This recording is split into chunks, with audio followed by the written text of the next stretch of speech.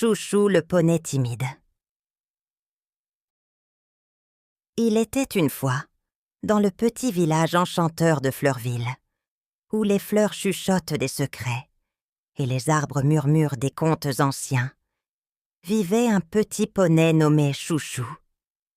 Chouchou était connu pour sa grande timidité et son anxiété, qui le tenaient souvent à l'écart des autres animaux du village. Malgré cela, il avait un cœur pur et un désir profond de trouver sa place dans le monde. Un jour, alors qu'il se promenait dans la forêt enchantée, Chouchou trébucha sur une vieille boîte en bois, cachée sous un tas de feuilles. Curieux, il l'ouvrit et découvrit des parchemins anciens, tous portant le même blason, une plume d'or, entourée de petites étoiles. Intrigué, il rentra chez lui avec la boîte pour la montrer à sa grand-mère, Mamie Églantine. « Regarde ce que j'ai trouvé, Mamie !»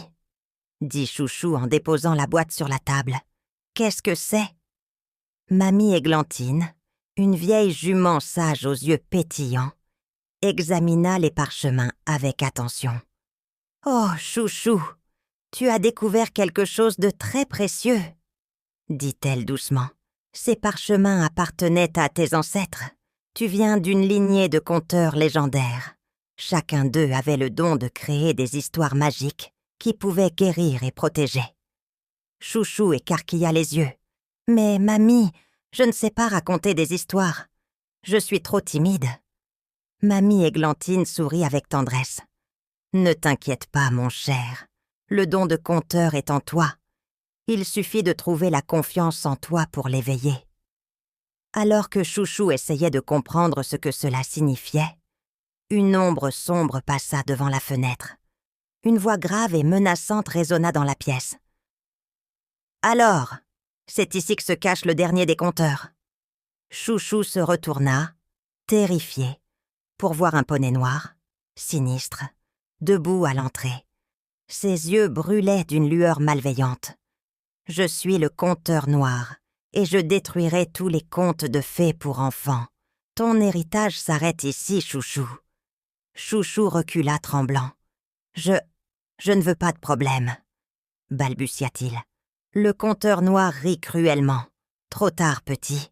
Tu ne peux pas échapper à ton destin. » Mamie Églantine se plaça entre Chouchou et le conteur noir. « Tu ne toucheras pas à mon petit-fils, » déclara-t-elle fermement. « Il est plus fort que tu ne le penses. » Le conteur noir fronça les sourcils, mais avant qu'il ne puisse réagir, Mamie Églantine murmura une incantation ancienne.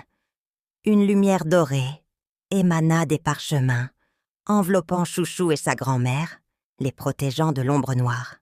Le conteur noir recula, grognant de frustration avant de disparaître dans un nuage de fumée noire.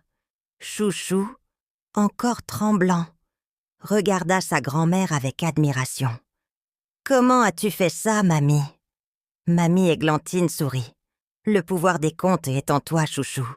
Maintenant, il faut que tu apprennes à l'utiliser pour protéger notre village. » Les jours suivants, Mamie Églantine enseigna à Chouchou l'art de la narration. Ils passèrent des heures à lire les parchemins anciens, et Chouchou découvrit peu à peu le pouvoir des mots. Il apprit à raconter des histoires qui pouvaient apaiser les cœurs, guérir les blessures et inspirer le courage. Un soir, alors qu'il s'entraînait dans la clairière près du vieux chêne, Mamie Églantine lui dit « Chouchou, il est temps pour toi de créer ta propre histoire. Utilise ce que tu as appris pour aider ceux qui en ont besoin. » Chouchou prit une grande inspiration et ferma les yeux. Il pensa à tous les habitants de Fleurville et à leurs petits soucis quotidiens. Il commença à parler doucement, tissant une histoire de courage et d'amitié, de magie et de réconfort. À mesure qu'il racontait, une douce lumière dorée se répandait autour de lui, touchant chaque fleur, chaque arbre et chaque animal du village. Les habitants de Fleurville, attirés par cette lumière bienveillante, se rassemblèrent autour de Chouchou, écoutant avec émerveillement. Quand il eut fini son histoire, une petite souris s'approcha de lui timidement. « Merci, chouchou.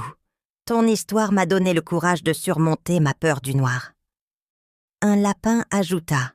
« Et moi, je sais maintenant que je peux être un bon ami, même si je suis parfois maladroit. » Chouchou sourit, sentant une chaleur douce envahir son cœur.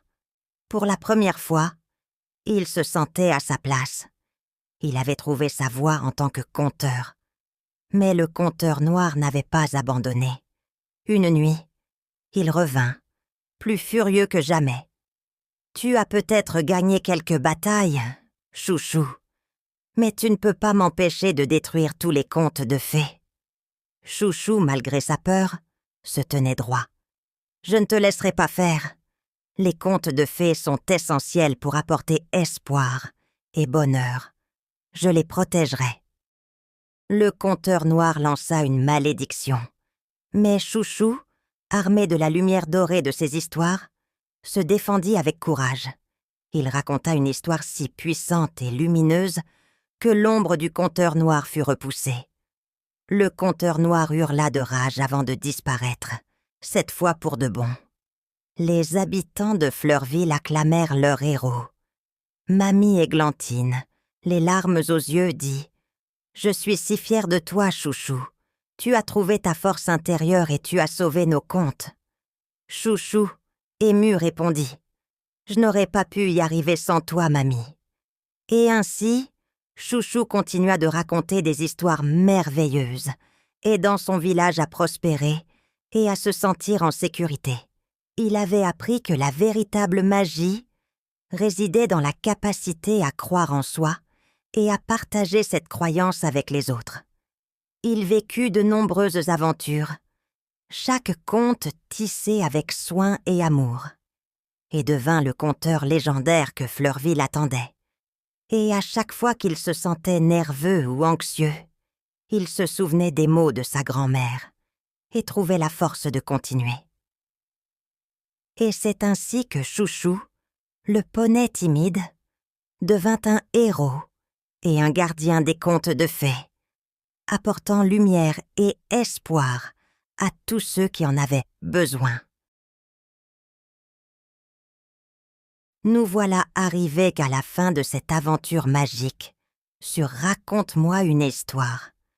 Nous espérons que vous avez apprécié cette histoire autant que nous avons aimé vous la raconter.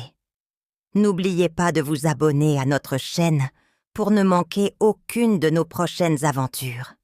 Et si vous souhaitez soutenir notre travail et aider à la création de nouvelles histoires, vous pouvez visiter notre page sur Ko-fi à l'adresse suivante: ko-fi.com Nina's Bibliothèque. Vous trouverez le lien dans la description. Merci pour votre soutien et à bientôt pour de nouvelles découvertes.